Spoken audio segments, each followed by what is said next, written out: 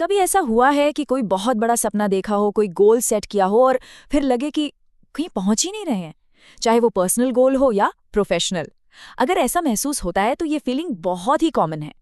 आज हम एक ऐसे ही सिद्धांत के बारे में जानेंगे जो शायद हमारे सोचने का पूरा नजरिया ही बदल कर रख। ये सवाल शायद हम सब ने कभी न कभी खुद से पूछा है।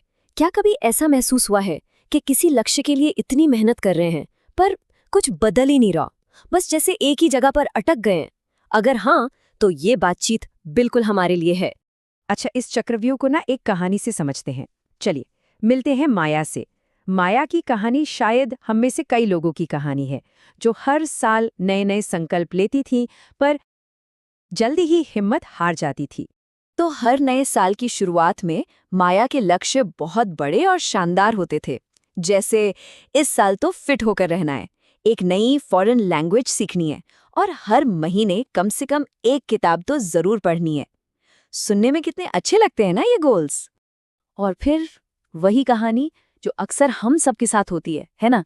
जनवरी में तो जोश एकदम हाई रहता है, लेकिन फरवरी आते आते रोजमर्रा की जिंदगी की भागदौड़ में ध्यान भटकने लगता है और मार्च तक तो वो सारे रेजोल्यूशंस, वो सारे संकल्प बस एक भूली बिसरी याद बनकर रह जाते हैं। लेकिन एक साल कुछ अलग हुआ। अपनी इस नाकामी से लगातार निराश होकर माया ने सोचा कि चलो किसी से सलाह ली जाए, और वो एक बुद्धिमान गुरु के पास पहुंची। ये मुलाकात सच में उसकी जिंदगी बदलने वाली थी। उसने अपनी सारी फ्रस्ट्रेशन, अपनी निराशा और वो बार बार फेल होने वाली फीलिंग सब कुछ उन गुरु के सामने रख दिया। वो सच में खुद को एक फेलियर जैसा महसूस कर रही थी। गुरु ने उसकी सारी बातें बहुत शांति से सुनी और फिर एक हल्की सी मुस्कान के साथ कहा, चलो मैं तुम्हें एक कहानी सुनाता हूँ, एक बांस के पेड़ की कहानी।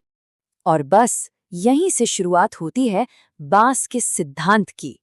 ये एक ऐसा आइडिया है जो हमें सिखाता है कि तरक्की हमेशा वैसी नहीं दिखती जैसा हम सोचते हैं। चलिए इसे जरा गहराई से समझते हैं। ये बात बहुत ही हैरान करने वाली है। जब बांस का बीज जमीन में बोया जाता है ना, तो कई सालों तक जमीन के ऊपर कुछ भी नहीं उगता, मतलब बिल्कुल कुछ नहीं। ऐसा लगता है मानो कुछ हो ही नहीं रहा। पर असली कहानी तो सतह के नीचे चल रही होती है, जहाँ एक मजबूत जड़ों का पूरा नेटवर्क, पूरा जाल बन रहा होता है। और फिर कमाल होता है, सालों की इस अदृश्य मेहनत के बाद जब वो जड़ें पूरी तरह मजबूत हो जाती हैं, तो वही बांस सिर्फ कुछ ही हफ्तों में 80 फीट से भी ज्यादा ऊंचा हो जाता है। सोचिए, ये एक परफेक्ट एग्जाम्पल है कि सब्र और लगातार कोशिशों में कितनी ताकत होती है।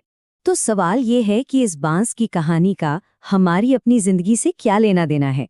सच कहूं तो बहुत गहरा कनेक्शन है।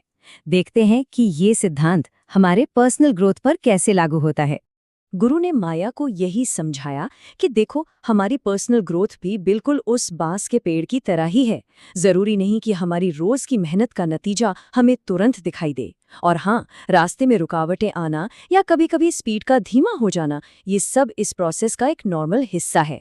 तो इस सफर में कुछ बातें बहुत जरूरी हैं, जैसे कि धैर्य रखना, खुद पर थोड़ा रहम करना, जिसे सेल्फ कंपैशन कहते हैं, लगातार भले ही छोटे छोटे पर कदम उठाते रहना, अपनी हर छोटी छोटी जीत को सेलिब्रेट करना, और जब चीजें प्लान के हिसाब से ना हो तो खुद के साथ सख्ती से पेश ना आना।